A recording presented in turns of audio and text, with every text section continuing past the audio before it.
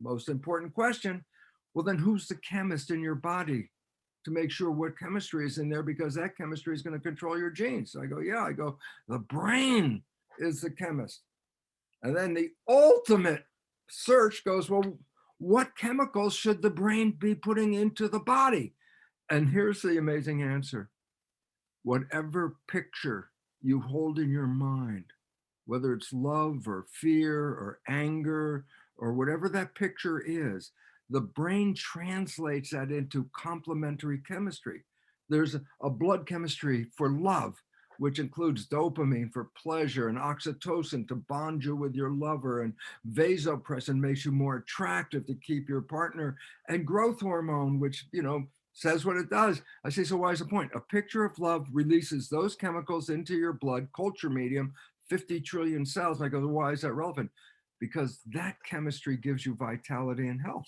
That's why when people fall in love, they go, oh, see how in love they are, see how they glow. That glow is health. I go, oh, so a picture of love releases those chemicals. Yeah, but I say, what about a picture of fear? I go, it's a different chemicals come out. That's where stress hormones come out, and factors that shut down the immune system start to come out in stress. So I go, oh, simple conclusion. All the cells have the same genes, but what makes them a healthy cell, a muscle cell, a skin cell, a cancer cell, whatever cell, wasn't controlled by the genes. It was controlled by the blood, which is then controlled by your consciousness, your whatever you perceive, whether it's love or fear, that changes the culture medium, that changes your genetics. I go, what's the relevance? Thank you for letting me talk, Sam. Stevie, baby, let's get on to the show here, where I have to say, what does all of this mean, Steve? And sure. the answer comes down to this. The answer is simply that whatever you're thinking controls your biology. I say, why is that relevant? I said, because we were teaching, and most people still believe genes control their life. And I go, that makes you a victim. But now it turns around, it's like, no, your consciousness, your visions, that controls your life. I go, so why is that relevant? Because we control the vision. And all of a sudden it says, so I'm not a victim of the genes. I am manifesting genes.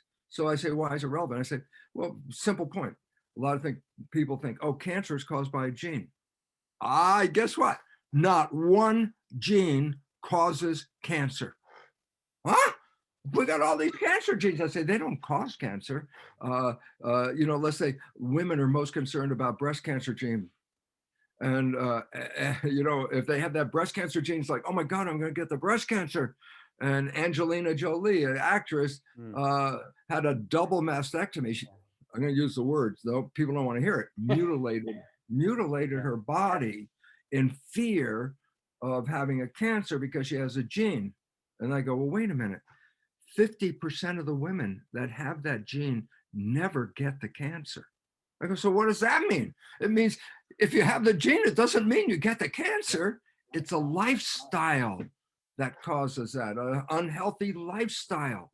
And I go, why is it relevant? Because they're blaming the gene, which makes, I can't do anything about it. I got cancer, I got the gene. I go, no, the gene didn't cause that. It was the way you were living and the way you see the world and how your environment around you. And I go, why is it relevant? Because we control that. We control what environment. We control our thoughts. And I say, why is it relevant? Then I'm not a victim. I am the master of my genetics.